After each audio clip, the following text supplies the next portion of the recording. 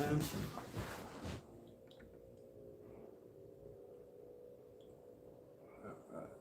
Oops, sorry.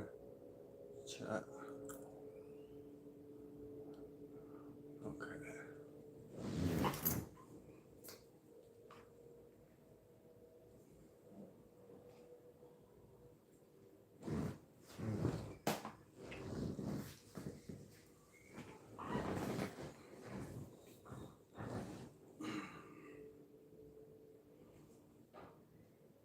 What's up, fams? I'm just chilling.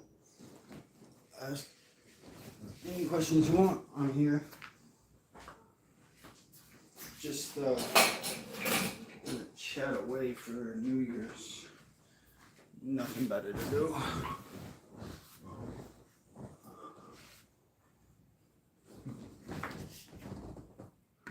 Yeah, I get that picture on the wall. There we go.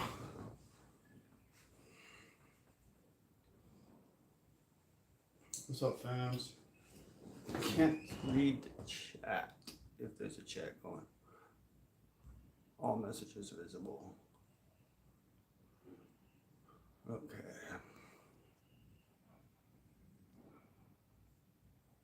Okay, perfect. Can you hear me? I'm just sitting here chatting because I've got nothing better to do today. Actually, I do. Tonight I'm gonna go photograph a concert. But before that, I've got nothing to do. Gotta be cautious because I've got identifying material on my couch here. Okay. That's a little better. Sit up there. How y'all doing?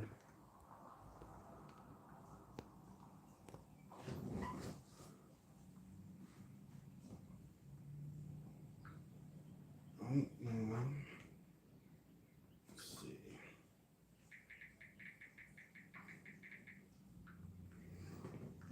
Let's see if this works. There you go. Perfect.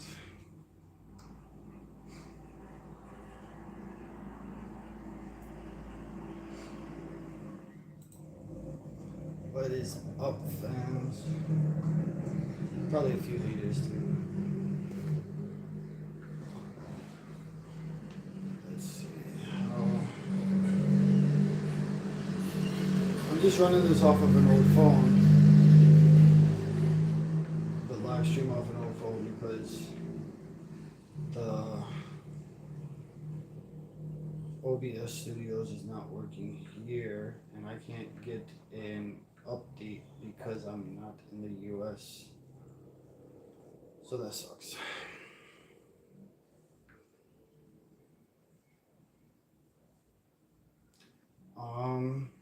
So when am I coming up? So there's a few hiccups in that. We have to wait until the J6 committee determines if they're going to pivot and what their pivot is going to look like. If they're going to change directions on how they investigate or what they're investigating. That's one. Secondly, there are two other subpoenas that I'm aware of that are only valid in the US. One is the Dominion Voting Systems subpoena.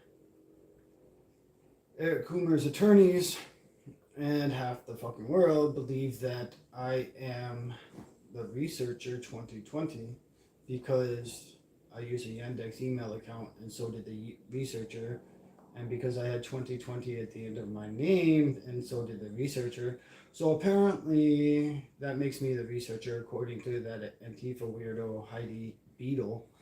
Heidi has spread this conspiracy theory which has manifested itself with the attorneys. The attorneys for Eric Coomer want me in to discuss this. And I don't intend to do so. Fuck them. What else? There's one other subpoena attempt. We're not entirely sure if the subpoena even exists, if there's a warrant or what, but supposedly for the last 9 months, pedophile breakfast pastry to nationality event has had his pocket cop try to subpoena my phone records. However, even if they got my phone records, there's nothing there um, for them to get. But nonetheless, it is alleged that they got a warrant signed by a judge and that the phone company has challenged that warrant and it's supposedly quashed. But the proceedings on the warrant are sealed because it hasn't been executed yet. And so I don't know this exact status of that. But because I'm not in the US, the jurisdictions on the warrant and at the borders of the US, which is a good thing. They can't invade my privacy, but at the same time, it's something I don't want to have to deal with. There is one other matter, an Antifa style BLM matter. Tay Anderson is trying to add me as a defendant in his slap litigation where he's facing $500,000 already in sanctions. He's trying to salvage his case by locating me and serving me with a subpoena or a service of process for the litigation to add me as a defendant. If you recall that case, he raped a bunch of illegals in the Denver City School District. Then when I started reporting on it, he's the one that made the Zoom video where Eric Coomer was on. And that Zoom video had the intention of telling around 30-something Antifa members and BLM members in the Denver area to find me and silence me as I was just ramping up that work and that research in that matter. Numerous individuals came forward on their own accord, but Tay is trying to claim that somehow I conspired with these people that I absolutely hate and tried to he's saying I tried to ruin his career, whatever, which basically his career is over. But nevertheless, he sued everybody else but me. He didn't name me in the lawsuit, even though publicly he said I was the person responsible. So 2 of the individuals that he sued won slap sanctions, which are amounting to be around $500,000, which when finalized, it's going to ruin him. Nevertheless, his attorney is trying to locate me and find me. Sorry, I got something in my eye. His attorney is trying to locate me, trying to find me, and trying to add me as a defendant in that case, which is hilarious. So all of those things combined need to be considered before all of those things combined need to be considered before I can make a decision whether or not I come home. There's also obviously other factors, local factors here, which also have to dictate what happens. If my stack of documents, where are they? I got a stack of documents. Oh, there they are. One second, I'll show you.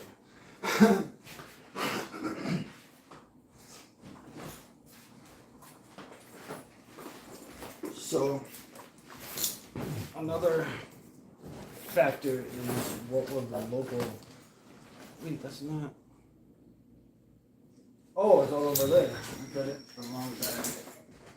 So.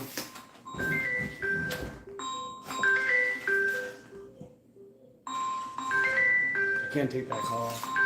So I got a stack of documents that are required for my local status. If this fails, and I'm denied status, I'm not answering that. If this fails and I'm denied status, the situation becomes much more dire, and I have to potentially leave the country that I'm in, which is fine. I've already passed most of the various steps to completing status here, but if I have to leave here, I have a plan. My team will get me safely. In fact, that was one of my team members right there. We're preparing just in case I do have to leave. There's options available. Brazil, Colombia. I have a person in Panama. Let's see.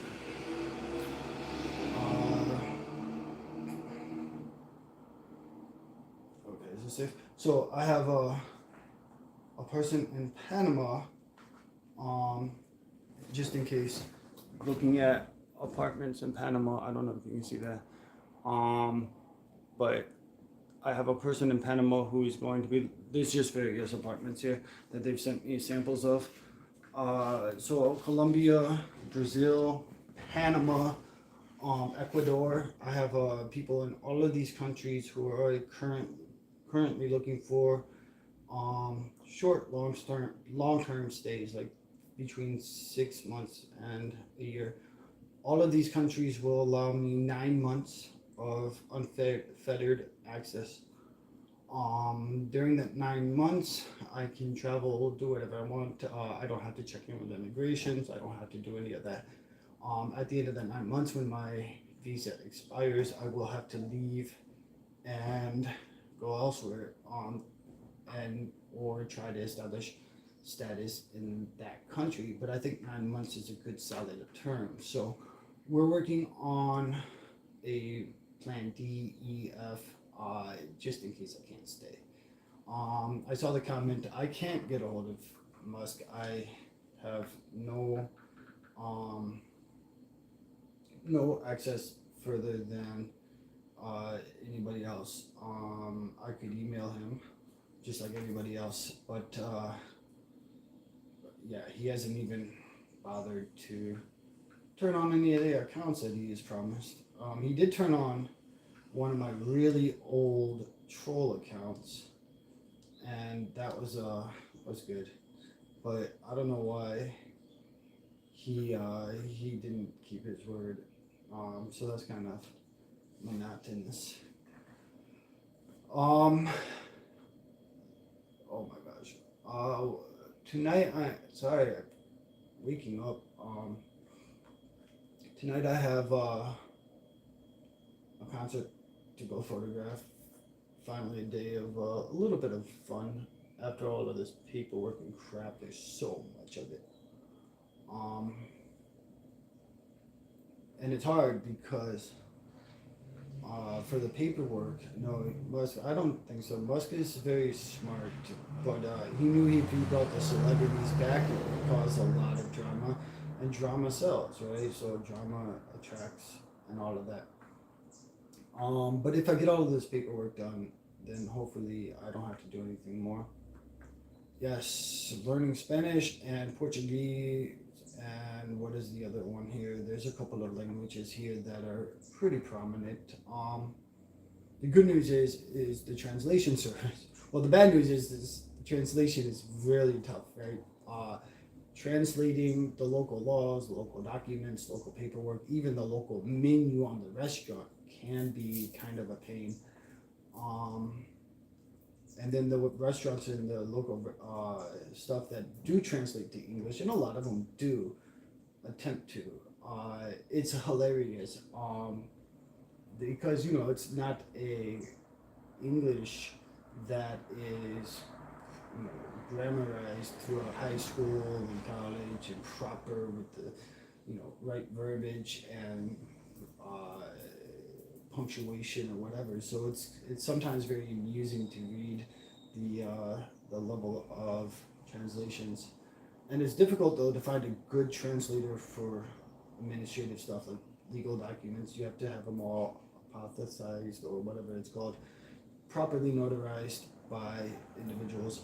I used the Canadian Embassy, and then my lawyer locally has Emily working for him, and she is really good with the translations as well. So to get them properly notarized, we have to translate it, and then we have to take it to a registered translator to review, and then they give their stamp of approval, which is a process. It's a freaking process. It's so much of a process. But if it's worthy, it's not going to be easy, right? And so it is what it is. Having been granted safe haven for as long as I have, and them being a little more cautious due to some local issues, and then the politics over in Brazil right now, and some other issues. They're kind of stepping up the pressure for everybody, not just me. Their due diligence consists of Google, so which is kind of interesting and understandable because it's a poor nation, but it's hilarious because we all know Google is easily manipulated and false. Yeah, I know the feds are probably watching. It's hilarious because uh, they can't just send a white person out here, right? Because white people are very, very rare here. Um, and so I do sometimes wonder, but any foreigner here sticks out like a sore thumb, and this place is a rumor mill. Um, there are no secrets here, right? Like anything that is new that pops up, oh my god, like it is everywhere.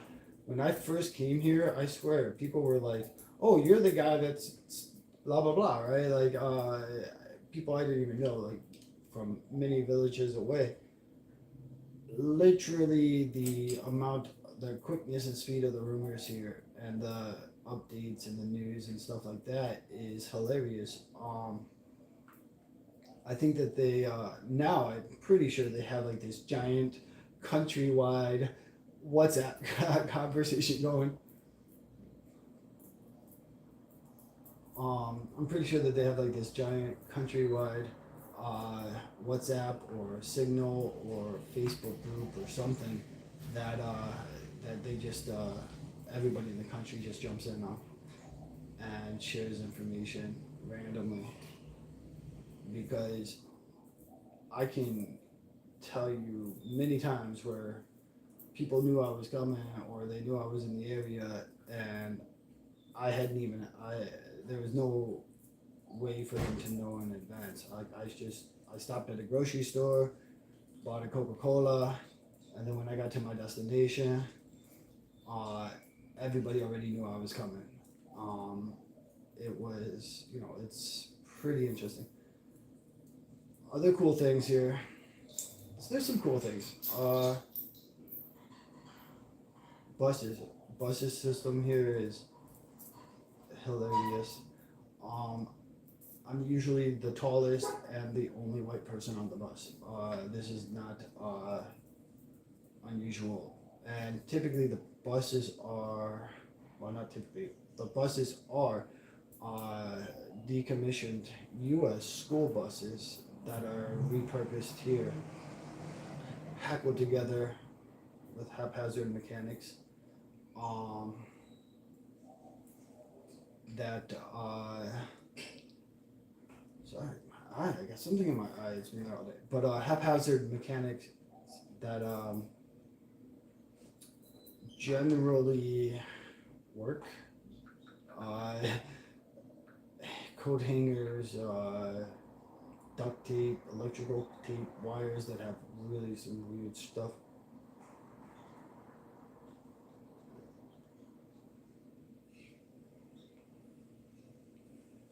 Um, and so they get you where you got to go eventually, or they break down and you end up, um, or you end up on another bus that just happens to come by a couple hours later, and you're just sitting on the side of the road, waiting for the next one.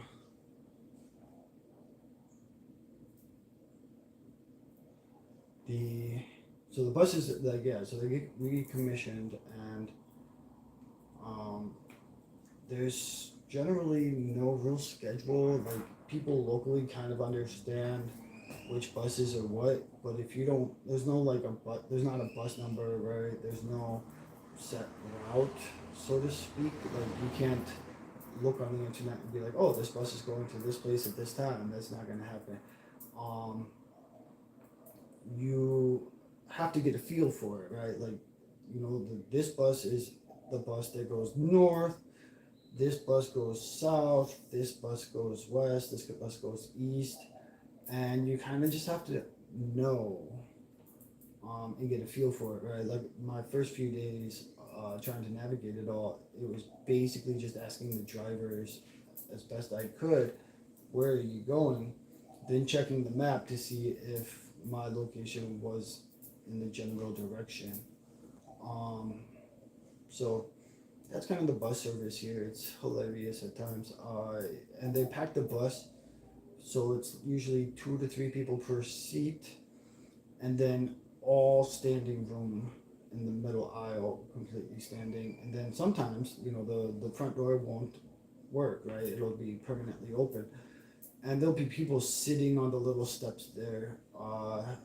And when you want to get off the bus, that's the challenge. If you're not in the front, and you're closer to the back, they just tell you to hop out the back. Then how you pay the bus is kind of interesting. So, government sets a zone regulated bus fare.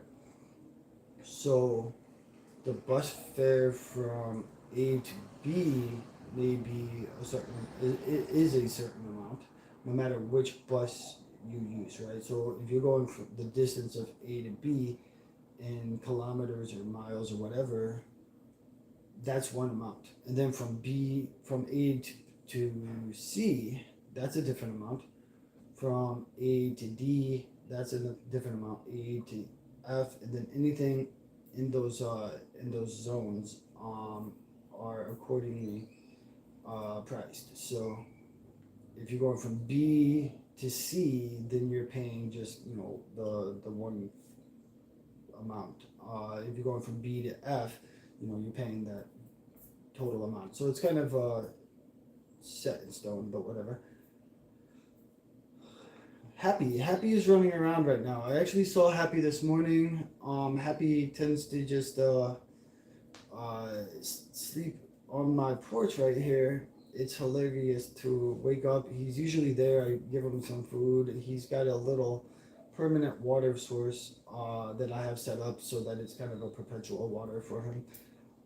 But it's difficult because I don't want the neighbors or the neighborhood dogs to come over and get his stuff. So I wake up, I open the door. He's basically allowed to come in now and just do what he wants because it's Happy and I love Happy. But I leave my door open. It's open right now. I give him some food. Food here, we don't buy, typically you don't buy like the big 50-pound bags of food. They divide it up into Ziploc bags of like 2, 4, 5, 10-pound bags, and then they sell them individually, packaged. So I give him some wet food, usually some leftovers if I have any, and some dog food in the morning. Play with him a little bit, make sure he's okay, and then he usually runs out and plays with his friends and does whatever he does. At night, just as it starts getting cold, he's usually back. I leave the door open until I'm about to go to sleep. He's got a little cover over his section right next to my porch, where he can hide if he wants to sleep outside of the elements. And this little Happy, he's He's pretty cool. I love that little guy. Um, but yeah, he tends to he's a youngin, right? Like he's a little kid, so he's running around the neighborhood. He's awesome though. And he's good. He doesn't he's really loud if somebody tries to step onto the property or I put up a fence and a barricade, and so he usually is able to alert it. He I have a motion detector camera out on the outside, and Happy usually is able to trigger that camera accurately. If he notices something, it'll automatically trigger it when Happy gets up to go investigate, and so that's cool. Happy's good like that. Uh, but generally, yeah, he's just out doing happy stuff. In the neighborhood, love Happy. Like they all feed him and stuff.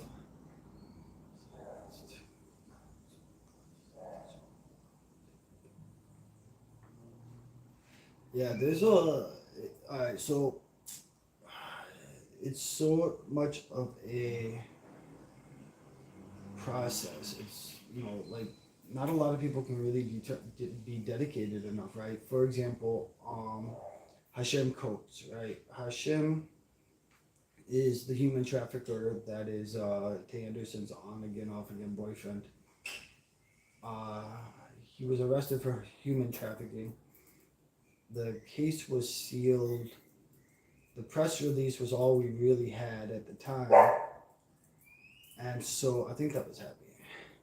So what ends up happening is it took me a year and a half of public records and open sunshine law request to get the police reports and everything about Hashem, right? It took a dedication of a year and a half of writing back and forth, emailing back and forth, narrowing the scope of what was requested because they asked for the narrower scope,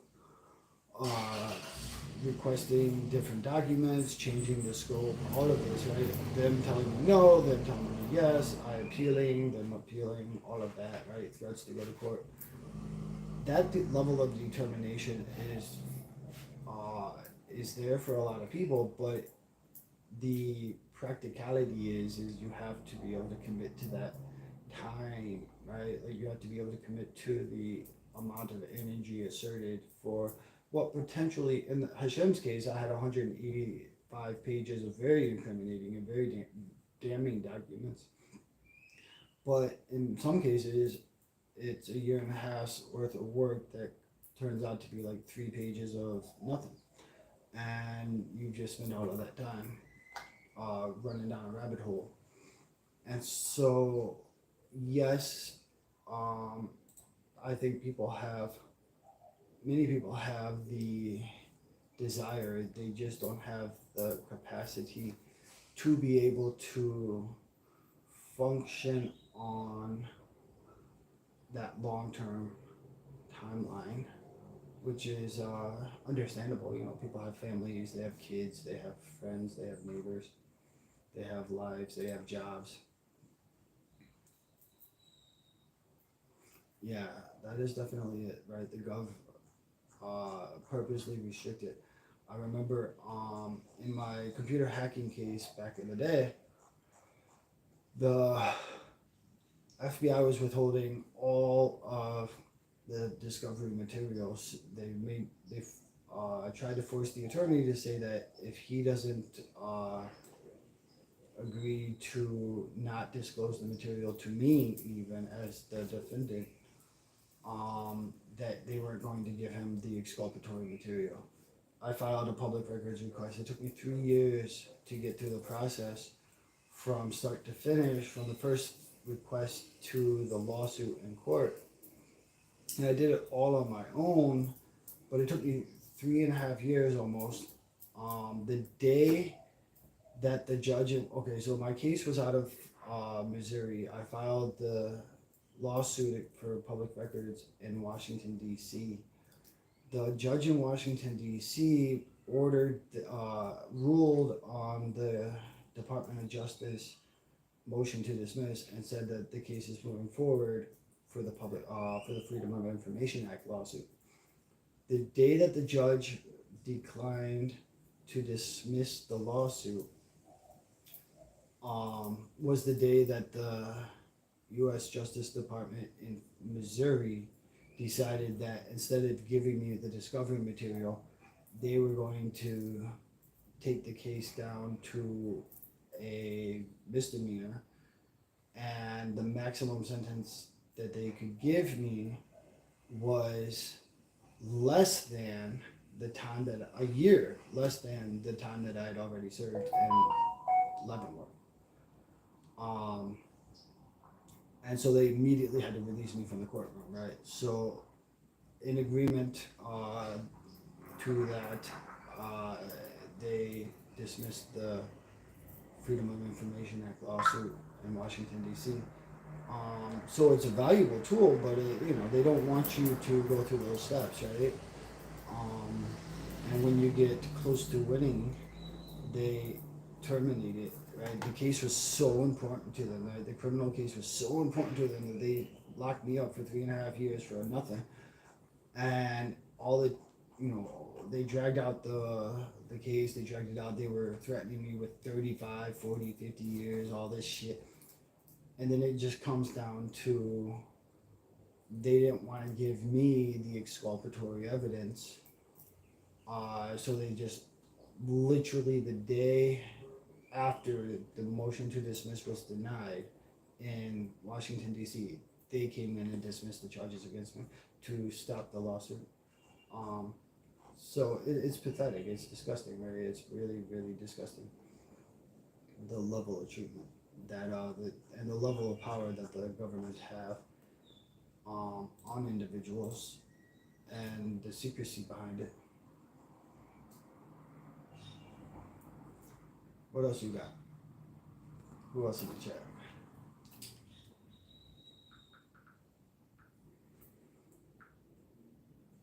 Let's see.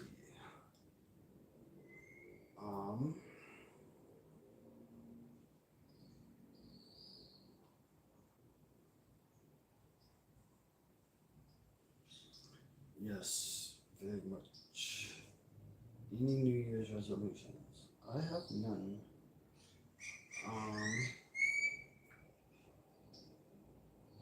None. Just be the best I can at everything I do. Yeah, so this is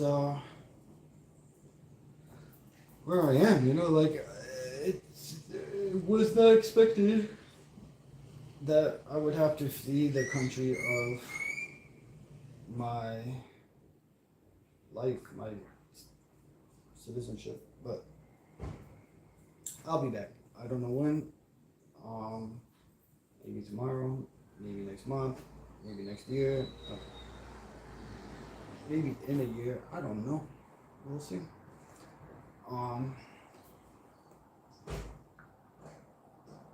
Let's see.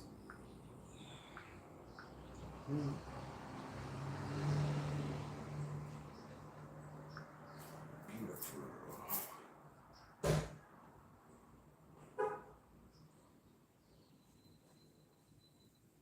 Process of filing a Freedom of Information Act request. Okay, so every single state and the federal government have Freedom of Information Act laws, sometimes known as sunshine laws. Sunshine meaning, shine light on what the government is doing. Some states have multiple versions of it. For example, in Colorado, they have Criminal Justice Records Act, and they have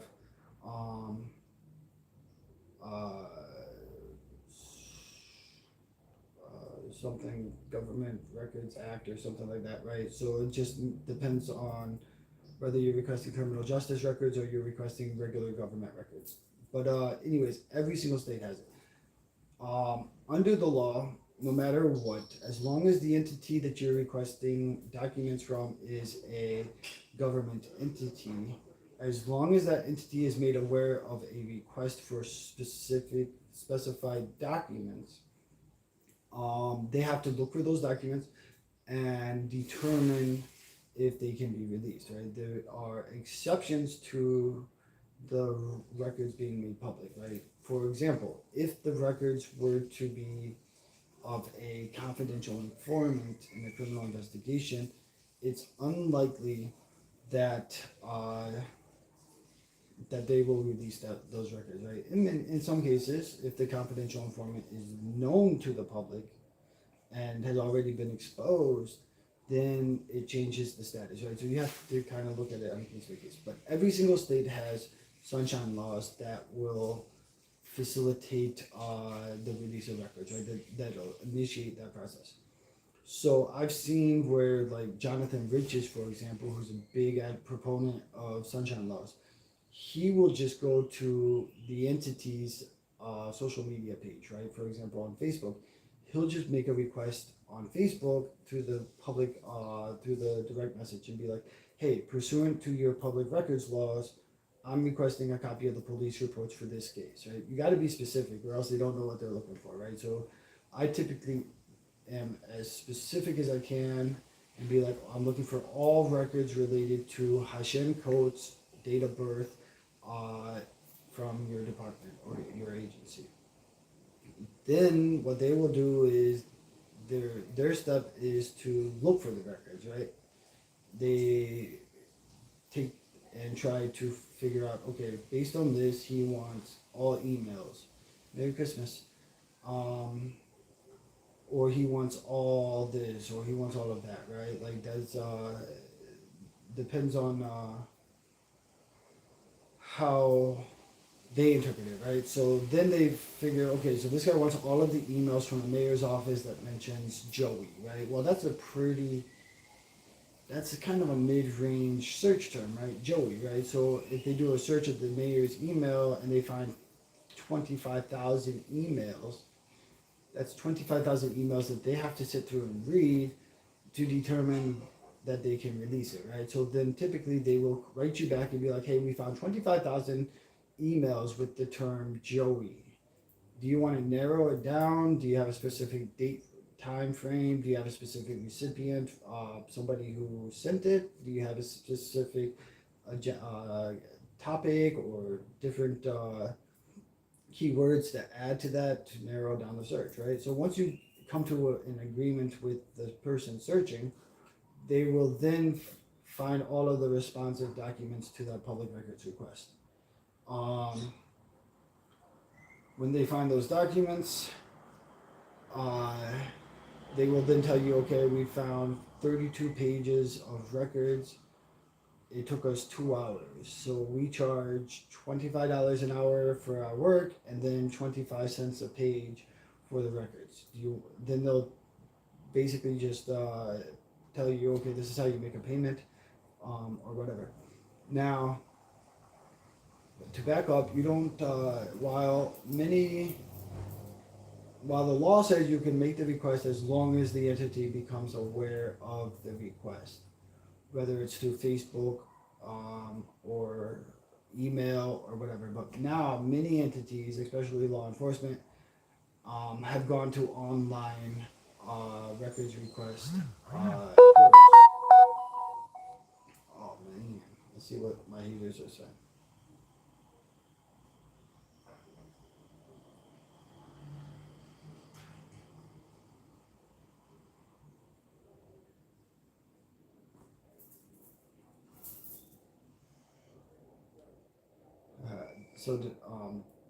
Let's see. Oh no, you called me, you found me. I'm so scared. Please, don't hurt me. Haters, bro. So these faggots, they Dinesh posted something on his Instagram or some shit. Obviously, he's very mad at me, and so Dinesh's little sheep with people will come over and direct message me like they're scary or something. But anyways, back to public records request, right? So, um, if you go through the portals, right, they will have a available. They will have payment method to make a payment. They will have methods to communicate with the person searching for the records. Almost every agency of the government have a public records. They have a public records officer, right? Portals. Yeah. So now they have online data portals where you have to sign in to monitor the progress of your public records request. For multiple agencies, many agencies have gone to online portals to make your request. So it just kind of organizes it for the agency's purposes, right? Not for yours. You end up having to struggle to sign into some fucking portal that you don't really care about, and that's really not technically required by law to do your public records request.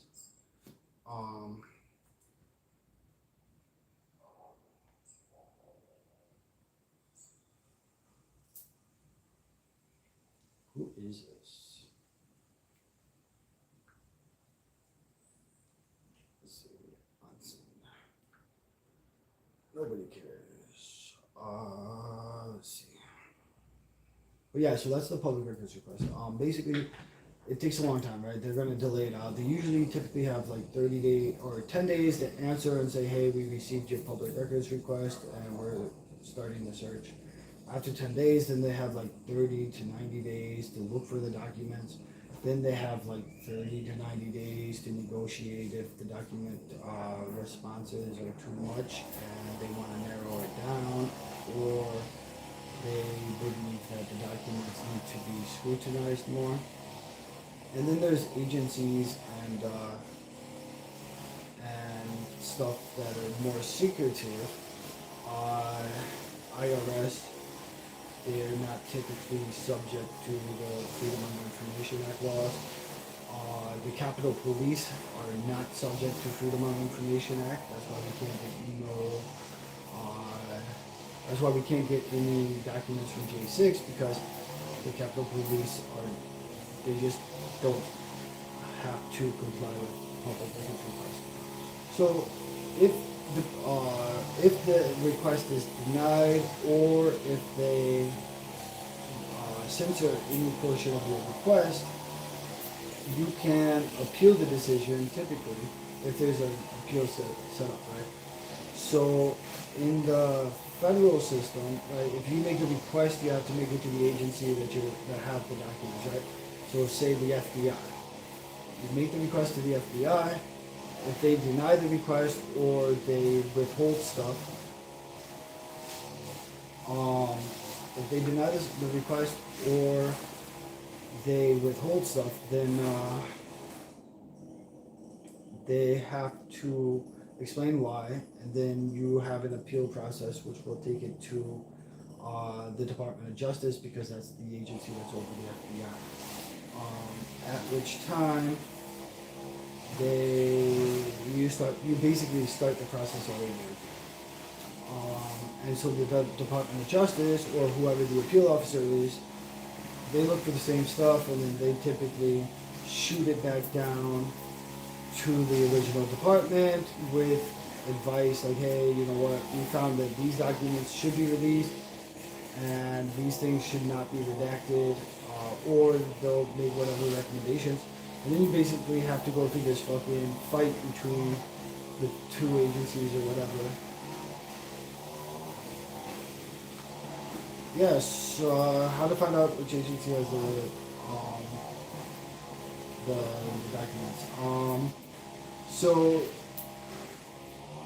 depends on like how what you're looking for, right? If you're looking for police reports, then it's usually the police department that would have the reports, right? Like so, let's use Denver as an example, right? Denver Police Department make an arrest of somebody, or you think that they've made an arrest. You do the public records request to them, right? If you think that the person is in jail or was in jail, then you have to find the agency that's responsible for those records, right? In this case, the Denver Sheriff's Department would be the one that's responsible for the jail. So you would make the request to the Denver Police Department for the arrest records, but then you would make the report to the Denver Sheriff's Department for the jail and custody records. So if you're looking for records related to the city council, you can make it to the city council attorney or the city management, the city manager, or whoever is running the public records for the city council.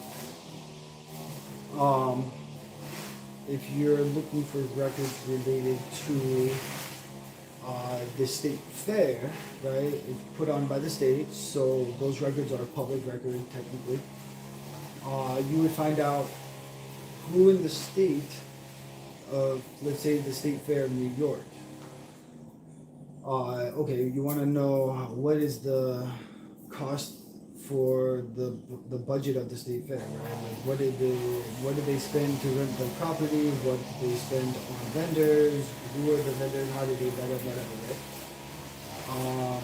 So you would probably make the record to you would have to research and find out who in the state of New York is responsible for putting on the state fair. And then that agency would be responsible for the records. And then sometimes you have like cross-references, right? Tay Anderson, for example, he made a police report about me in Denver. He made another one about me in Aurora, Colorado. He made another one about me in Lakewood. All of these different police departments where he was just fishing to try to make reports about me, right?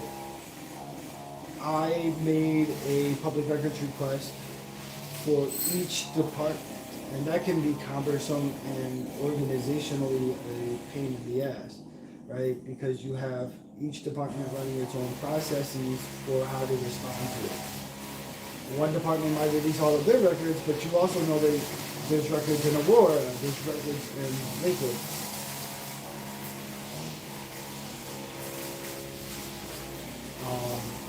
That all requires a amount of diligence.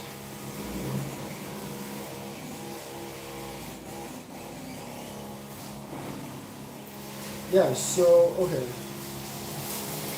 Public records laws only apply to politicians and government agencies, right? They do not apply to private entities, which also include politicians who are not in office, right? So if you have politician X who is running for office but has not already been in office, something you could do is go to the... Hey, let me close the door, sorry. Okay, so you'll have if you have politician X and he's not already won office, what you can do is the Secretary of State runs the elections, right? So you can request communications with the Secretary of State for campaign filings, campaign. By the way, they are weeding out there. They don't have lawnmowers here. They will take and do the weed eater for the entire lawn, and not lawnmowers. So that's just what you're hearing. Whether it's on the side of the streets or the side of the grass or the grass in somebody's yard, it's all weed eaters. There are no lawnmowers here at all. Interesting fact. That is just kind of fun. I hope hope you guys can hear me though. Yeah, goats. They actually have this really cool breed of goats here, with like these cool horns and like gigantic horns, and they're cool. Like, but they do have them. I'm just not in that area. Yeah, I understand. I try to shut the door. I don't know what they're doing. If they're almost. Nope. Sounds like they're not almost finished. Um,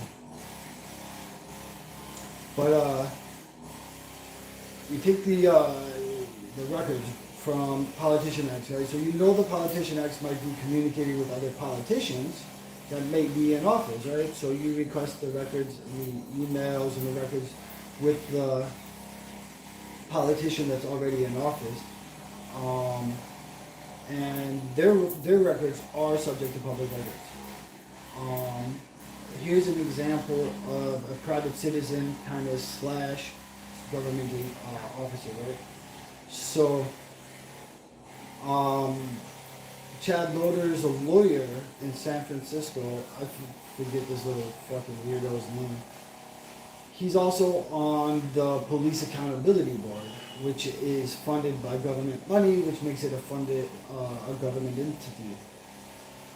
In his private capacity, I couldn't get any of the records or emails between him and Chad Loader. But I took and went on a hunch, and because the Accountability Board isn't necessarily a prestigious board in the area, I did a public records request for all of the emails from his Accountability Board email, which is a government entity. And I asked for all of the emails. Actually, I asked for all of the emails, not anything specific or tailored. And they gave it to me, right? It took me a long time to figure out which agency oversees the Police Accountability Board, right? Is it the police department? Is it the city council? I honestly don't even remember who it was that I ended up having to find that oversees the San Francisco Police Accountability Board. But once I found it, I made the request to that department and got all of these emails from Chad Loader's attorney, because it's all within his purview of a government actor and government-owned email account. From that, I was able to see, okay, he communicated with this agency. Let's see what this agency has in regard to that. So it's kind of a fishing expedition in some instances, especially where the person is just a politician and hasn't already achieved a level of elected office or employment in the public service. So you just kind of have to fish sometimes, right? Like Tay Anderson is always in contact with Leslie Herod. Leslie Herod and Tay Anderson are both public figures, and they're both, public officers, so they're both elected. So the public records request for the Denver City School Board just go to the Denver City School Attorney, right? So they process those requests. Then I do the same or similar public records request for Leslie Herod to the Colorado House. And I try to fish around to see what the records look like and maybe where there's more records in between, trying to keep it organized, because the process for Denver City School Board is different than the process for the Colorado House and how they respond to requests. The Denver City School Attorney, they're used to my request, right? They know that I send a lot of requests, and they're very much able to call me, and they do call me and be like, hey, we got your request. It's going to be a little too broad. Can you narrow it down? Can you give us dates? And we'll give them to you. They are more familiar, and they are more willing to provide the documents. Sometimes and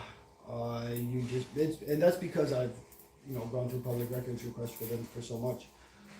Sometimes the police departments, public records, and any public records, sometimes they'll just give you this stuff, right? Like if it's like 25, 35 pages, and it doesn't take but 5 minutes to find them. They'll just be like, okay, what's a good email? They'll send you the records, and then when you get the records, you just kind of look through them and see if there's any leads, so to speak, right? So you're like a information detective, right? You're kind of detecting where to make the request, who to make it to, and then just make it happen.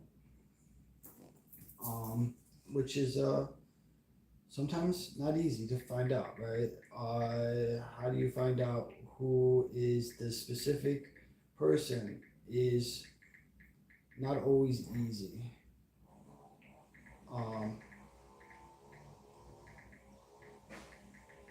But once you find out, then the process is continue to stay in the same. Another hypothetical: how to investigate an event. Okay, so what I typically do, let's say there's a riot or something big happening, right? Let's say Kenosha, right? The Kyle Rittenhouse matter. Or actually, let's back up, right? Let's say January 6th, right? Because January 6th was a really good example of how important this is, and also Kenosha, but January 6th. On January 6th, right, we didn't know we didn't know what was going to happen, right? Nobody really knew, right? But everybody had a sense that it was going to be a monumental thing, right? We all, at that time, knew that January that people on the right were being censored. We were being, things were being removed at a high and rapid rate from Twitter and Facebook and all of these places. So my team and I, we recognized that, right? So all of the events, Antifa riots and protests and demonstrations and crime, what we do is we will hunt for that information, right? And no matter what the event is, but CJ6, right? On January 6th, we downloaded and saved about, I would say, around 2,000 videos and video clips. Everything, we had screenshots of everything, tweets, Facebook postings. We literally didn't even know what we were looking at or what we were looking for. We didn't even take a moment to analyze. We just saved everything. And for good reason. We, within moments of, for example, Trump's go home in peace speech, it was removed from Twitter. It was us that we had saved it, and I'm sure other people did as well, but it was one of my team who was able to get it back up online quickly and propagated it out because it was saved. So we see it all the time. Antifa live streaming their events and then they delete the video. Well, we started saving everything first. We knew that we would get more clicks and more likes if we posted it. And if we went and did a little more time to clip the video and repost it and stuff like that, we would get more clicks, we'd get more likes, we'd get more shares, engagement, whatever. But we also knew that would take our time away from hunting and saving Twitch streams and Facebook streams and YouTube streams and Ching and all of these DLive and all of these other places where content is. We take the time to clip a video and for a viral post means that we miss the opportunity to save potentially 5 or 6 or 7 videos. So we save everything first, right? Everything gets saved. Everything, no matter how useless or pathetic or worthless it is. And like in like what happened in Kenosha, we knew we had video that was important, right? We knew we had video that had just been completely disappeared from the internet because we had saved it all. And so I have to be careful here because I was on the witness list in the Kenosha trial of Kyle Rittenhouse, even though they never called me, thankfully. But we saved all of these videos, right? We saved everything. Kyle's attorneys and the prosecutor were unaware of a lot of the exculpatory evidence that we had until about 3 days before the trial, which threw a monkey wrench into everything for the prosecutor Binger, right? Because now he has a ton more exculpatory evidence that makes him look really bad. That's going to come into play both in the court and in the court of public opinion. If you remember, the video where the owner of the car lot says, "I've never saw Kyle Rittenhouse. I never knew him. I didn't bring him to the shop. I didn't bring him to the car lot, whatever." And then as soon as he made that, as soon as he was testifying about that, because the prosecutor could not get to him to make him change the story, and he never seen the video because it was censored. His testimony was he never knew Kyle. But then that little video clip that I posted that shows Kyle and the owner of the car lot chatting 8 hours or whatever before the events gets made public, right? It was in the database that we had going during the Kyle Rittenhouse trial, which Binger put a monkey wrench into after he tried to subpoena my PayPal and Cash App and Venmo, saying that I was purposely sabotaging the prosecution. And thankfully for the judge to deny those requests,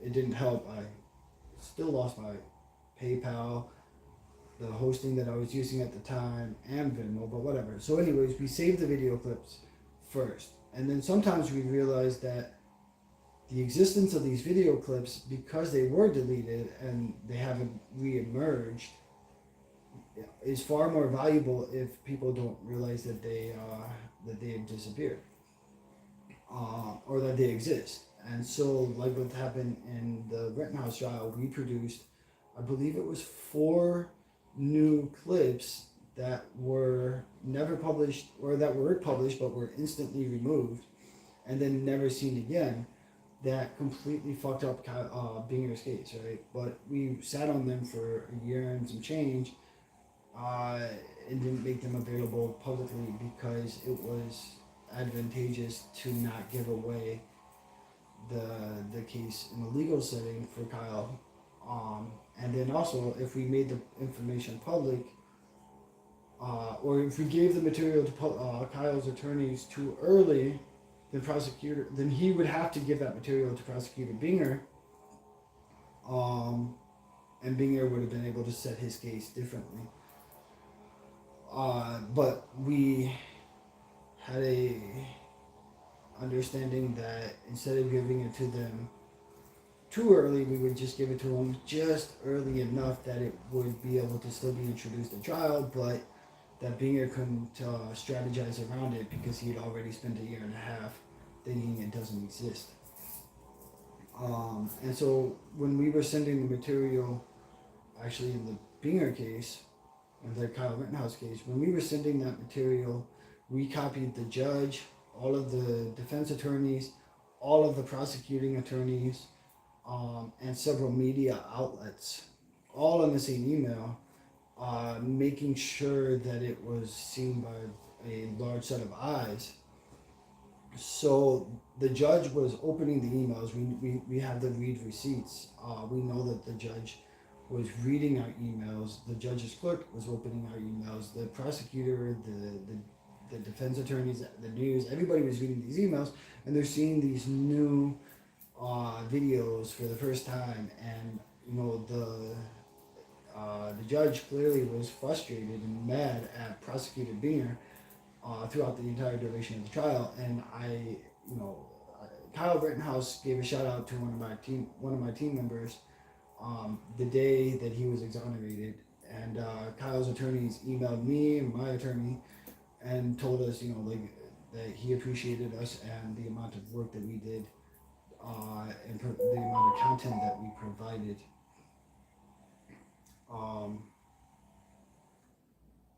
And so it's a matter of preservation first, in my opinion. Preserve, preserve, right? Save. Fuck the engagement. Fuck the trying to make a viral video clip.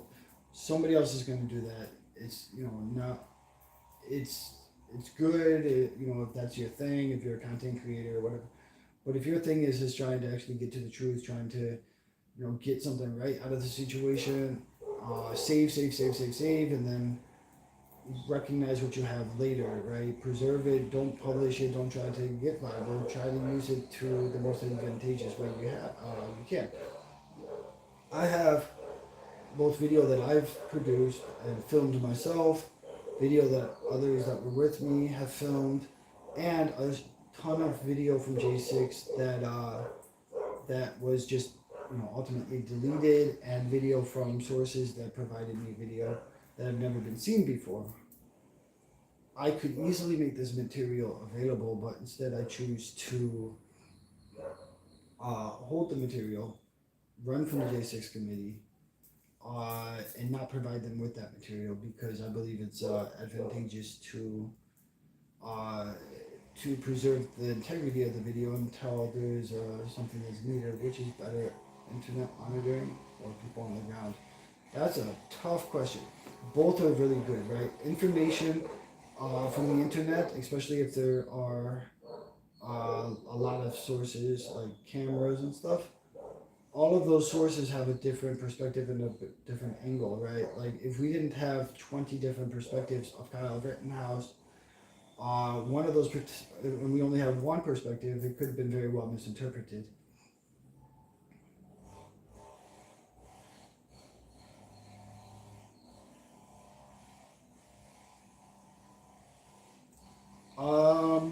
I'll get back to the Mexico question actually.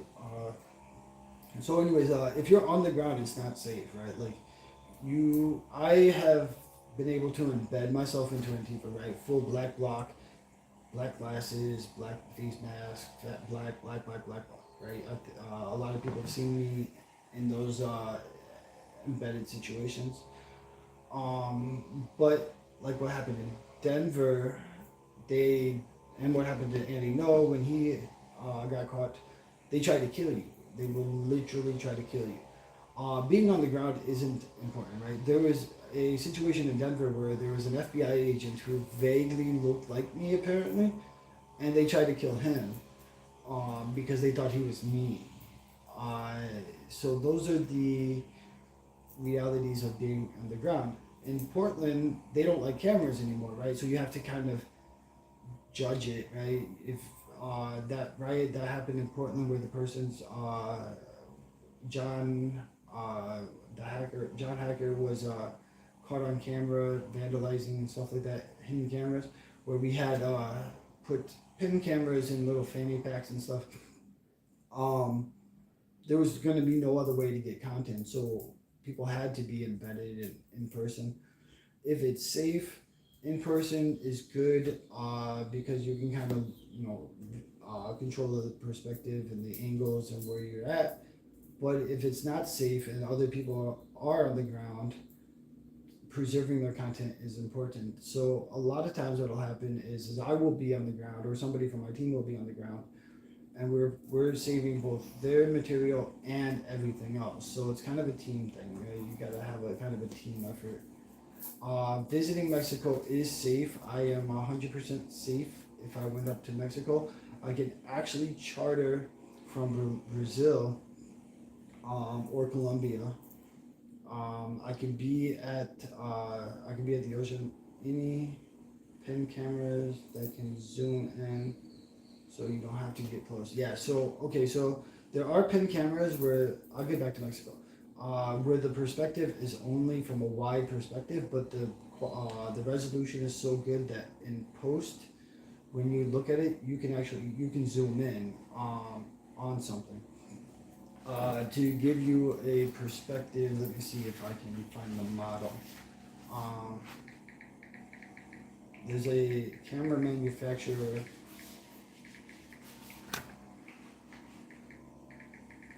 let's see if I can find it. I think there's one that's in Florida.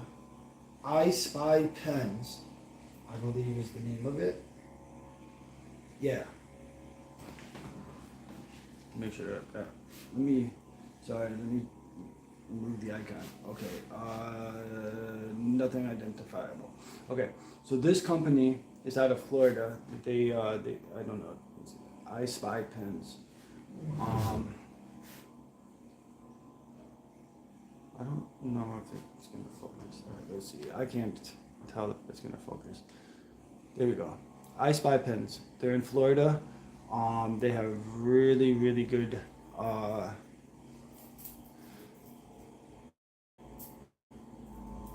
Yeah, I will. All right. Let me get your. Is it the same username on Gap? I Spy Pens in Florida have a really good selection. They're as little as $99. That's 1080p. So the wide perspective, it can only shoot from the wide perspective, but when you look at it in post angle, you can zoom in really clear to whatever perspective on the video you want. So it doesn't necessarily zoom in. There's really no time to zoom in when you've got it hidden. You would have to get on your phone and kind of play with the zooming and stuff like that, and that's something you don't usually want to do when you're embedded. You want to stay in the role and not give yourself away. But in reviewing the footage later, you will be able to zoom in pretty well on just about everything in the shot. I Spy Pens, they've got them for $99 all the way up to like $400 or $500.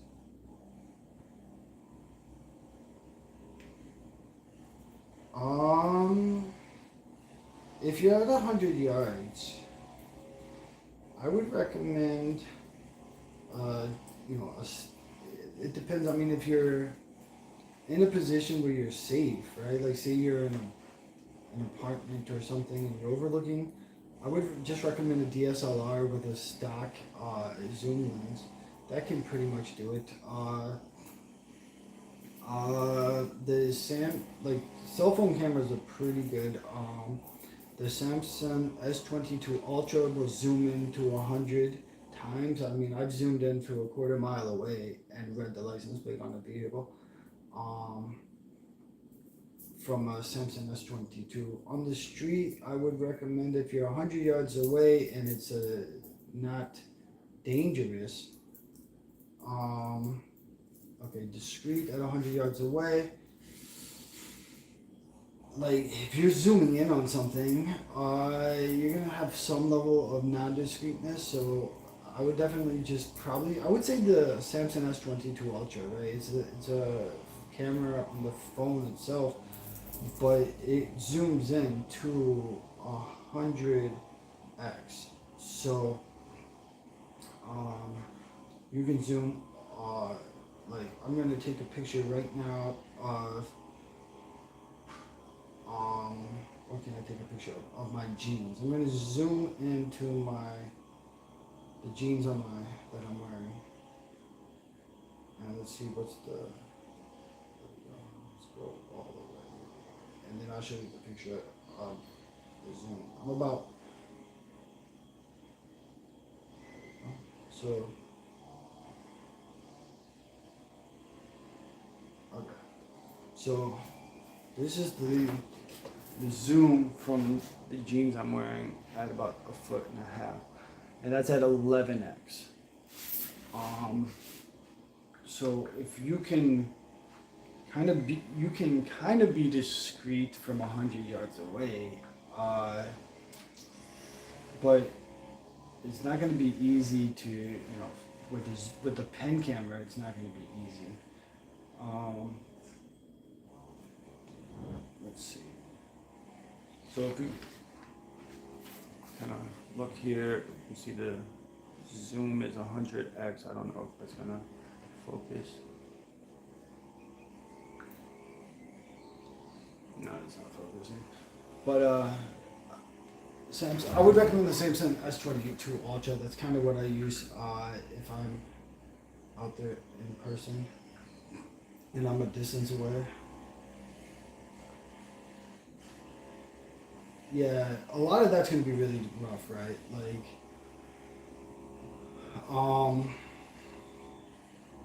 it's really just gonna be. I mean, you could set up a GoPro, and a GoPro will zoom in at 10x. So, but you're not gonna find you're gonna have to control it, right? Like, if it's a license plate you're looking for, the vehicle might be moving, so you're gonna have to move with it. Like, there's no way unless you're got some kind of remote system set up that's gonna be discreet. You're not gonna do that with a pen camera. Pen cameras are more designed for person-to-person interaction. If you're 100 yards away, you can just kind of just take your phone with a large zoom.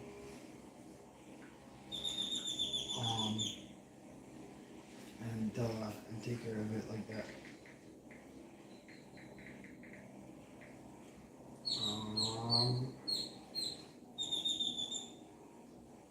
But you're not going to get the ability.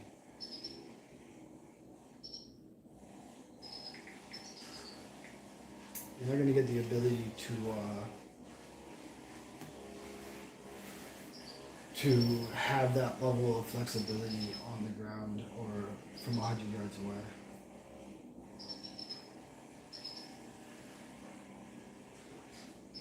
You can take your GoPro,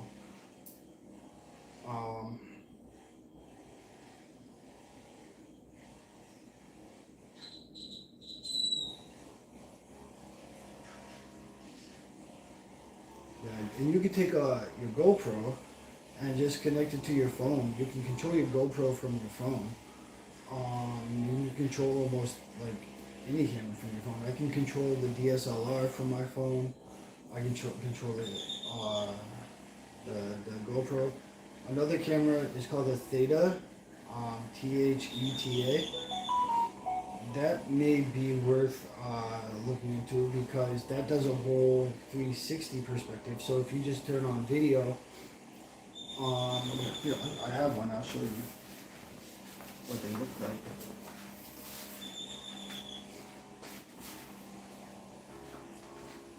And you can control the Theta from your phone, but it's not going to zoom in too well. You're going to get a good perspective. Just put it on a tripod or a monopod, and this does a full 360. It's not completely obscured, but I usually put it between like some books or some napkins or something on a table, and then you just see the top portion. But at a distance, it's not going to work too well for zooming in on something. Your best bet is to get a cell phone, like an S22 Ultra, and get further away, right? You don't need to be 100 yards away if you have the S22 Ultra. Can you hear me? No? Okay.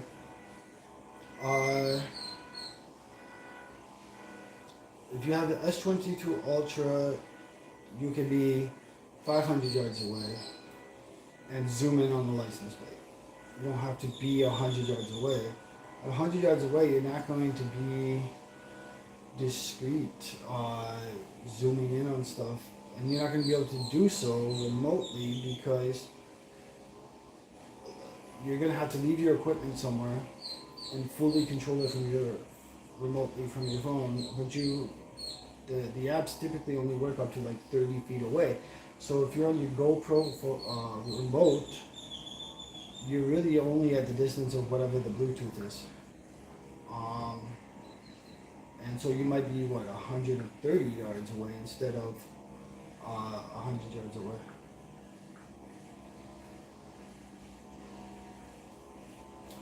Oh yeah, back to the Texas question. Yes, I mean not Texas. What was the question? Mexico.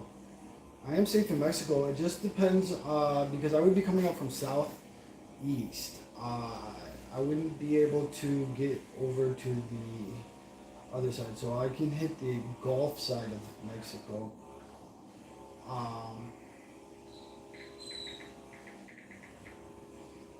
The South Gulf, and what is it? The Yucatan Valley. Um, yeah, the Yucatan and the South Gulf where the dip is. So like Cancun, uh, Yucatan Peninsula, and then everything on the Gulf side of Mexico.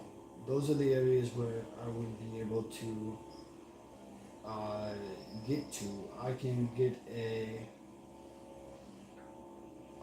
charter from Belize or up to Brazil, from Brazil up to where is the port of entry is in Chetumal, Mexico, and then there's another one in Cancun. Chetumal is on the border of Belize or Guatemala, Belize and Mexico. So I could get a charter out there and be safe in Mexico. Good morning.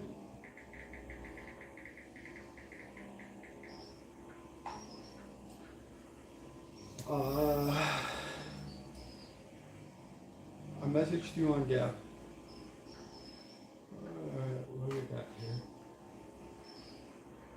We got something. Hilarious.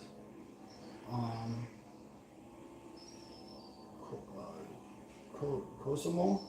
Cosimo is the port. So it's not Chetumal, it's Cosimo. I can get to Cosimo port through the Yucatan Channel. I would, because if I'm going north from a charter, I have to stay away from pirates, obviously, and we have to go through Honduras and some other places. Yes, there is a need for tutorials. I tried to the it's such a learned behavior though, right? Like it's learned on the ground, and in actual trial by fire, and so it does present some difficulty for navigate or for teaching, because every situation is different, right? You can't prepare for if Antifa attacks you in the middle of something, and you also don't want to be responsible if somebody does something incorrect or whatever. Yeah, it's so rough. I would say that, okay, looking for information, right? Research, investigations, and stuff like that, right? There's 100 different locations where you can start, but I typically, what I do is I look, if I'm looking at an account, right? Say some, I've been getting a lot of death threats because of Dinesh the last couple of days. No big deal. The majority of them are just anonymous bullshit responses from Dinesh, right?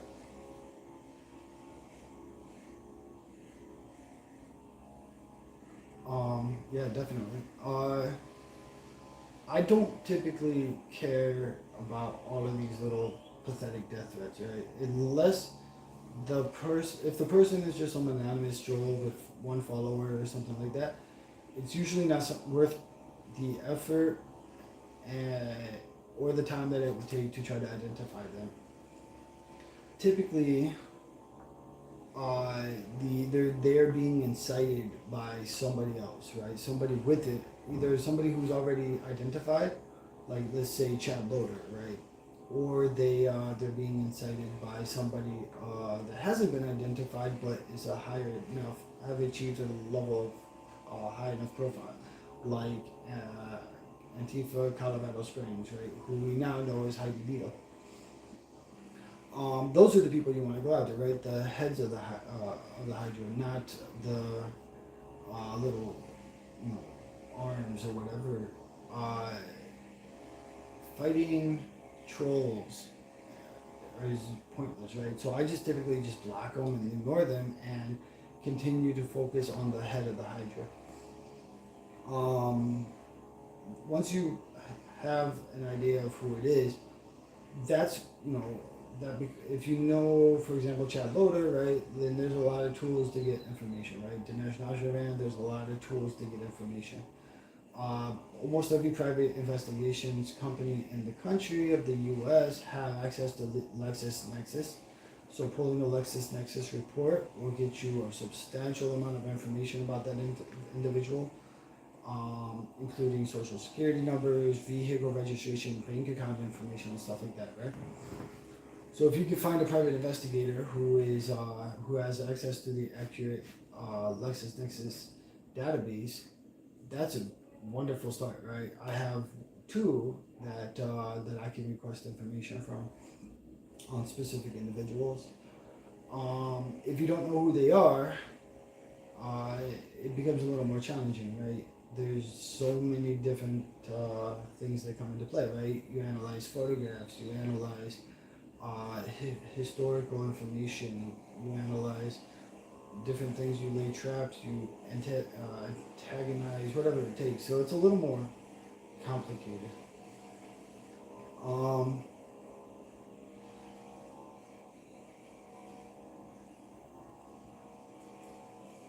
The methods are varied as much as any investigative or detective service, right?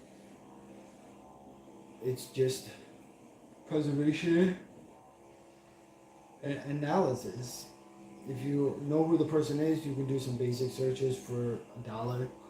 Background searches like Spokio, Radius, Truth Finder. These all provide a substantial amount of basic, I would say 80% reliable data. And then you have to go through and confirm it, reconfirm it, analyze it, whatever the case may be. But in general, it's painstaking, right? Like, it's a painstaking process. And it's also one that has enormous responsibility. I don't just, go after some basement dweller because he made a mean comment on a post. You kind of have to put your emotions aside and be like, okay, this person he said something about me, but he's not ruining the lives of a multitude of people like Dinesh or Chad Loader or Heidi Beetle. And so you have, or Tay Anderson even. So you kind of have to have that responsibility and say, yeah, this person hurt my feelings, and I could easily squish them like a bug, but they're not a threat to me, and they're not a threat to a multitude of people. So block it, and they will typically never talk to you again. Okay, this looks like my day is getting started.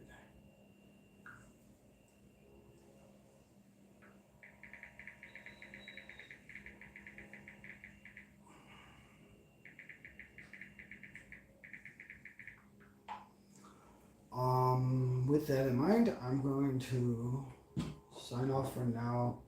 I love you guys. Love the fams. You guys are amazing. You guys are awesome. Keep being awesome. Keep being amazing. And keep kicking ass. Don't let the haters hate. Don't let it get to you. Everybody has haters. Actually, Andrew Tate said it perfectly. You want a good mix of 60% haters, 60% people who appreciate you and 40% people who hate you. This is my first one in 4 months. I might start doing them some more. But I used to do IRL quite a bit, but given the circumstances, I'm a little more concerned about doing IRL. So I might do like a fireside chat like this where I just chit chat with you guys. Maybe once a week or so for the near future and see how it goes. Anyways, I will pre-announce.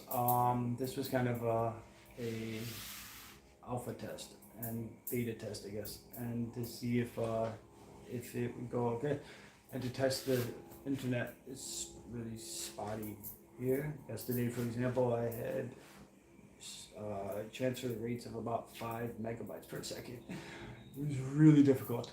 Anyways, love you guys, love the fans. Happy New Year. Be awesome. Keep doing what you do, and see you next time.